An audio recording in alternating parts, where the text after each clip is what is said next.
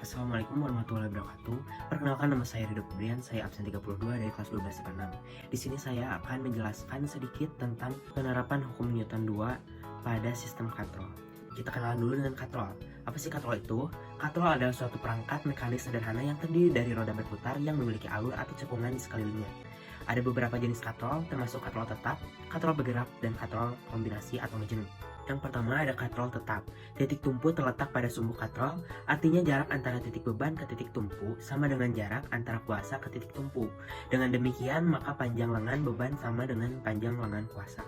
Yang kedua ada katrol bebas. Titik tumpu terletak pada tali yang terikat pada tempat tertentu, sedangkan titik beban terletak pada pusat poros katrol, dan titik kuasa terletak pada tali yang ditarik gaya. Yang ketiga ada katrol majemuk. Pada katrol majemuk, beban dikaitkan pada katrol bebas. Salah satu ujung tali dikaitkan pada penampang katrol tetap. Jika ujung tali yang lainnya ditarik, maka beban akan terangkat beserta bergerak katrol bebas ke atas. Setelah mengenal jenis berbagai macam katrol, kita langsung saja ke penerapan hukum Newton 2.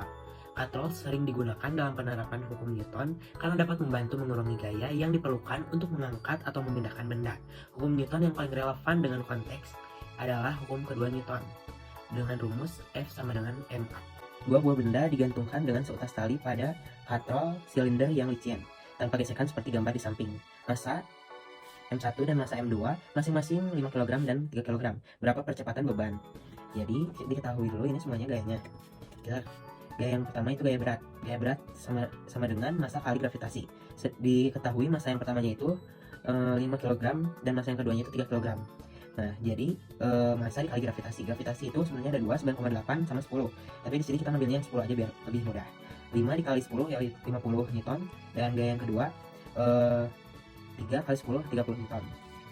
Di sini ada tegangan yang pertama ke atas dan yang tegangan kedua ke atas juga. Mengapa di sini ada tegangan yang kedua atas satunya? Karena ini merupakan hukum Newton 3, yaitu F aksi sama dengan F reaksi. Di sini langsung saja masukkan ke rumus Newton yang kedua. Yang pertama ada W2. W2 itu negatif. Kenapa negatif? Karena si percepatan gayanya itu ke atas, jadi ke sini. Percepatannya ke atas. Jika berlawanan dengan gravitasi artinya negatif. Terus yang kedua ada T. T2 yaitu positif. Yang T yang satu laginya negatif, karena ada yang berlawanan dan ada yang searah. Selanjutnya ada yang T1 juga sama, ada yang berlawanan dan yang searah, jadi ada yang positif dan negatif.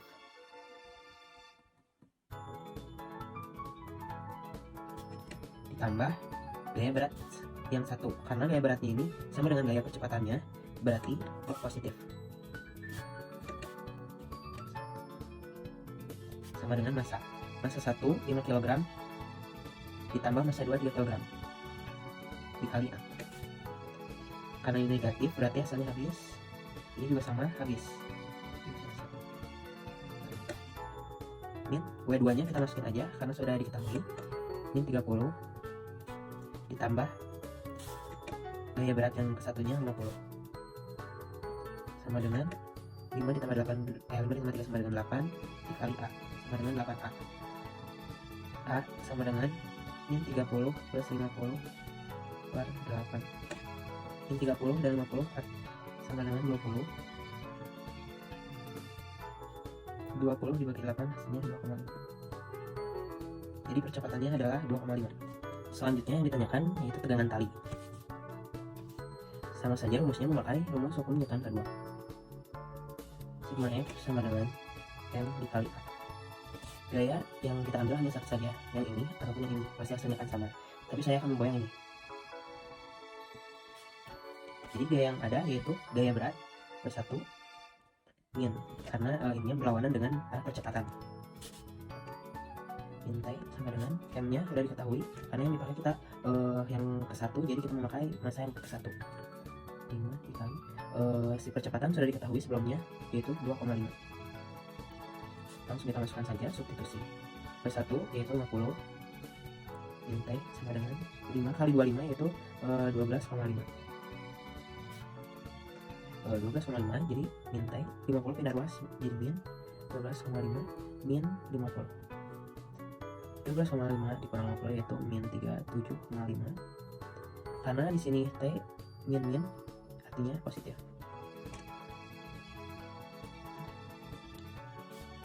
Jadi tegangan tali yang dihasilkan dari katrol tersebut yaitu sebesar 37,5.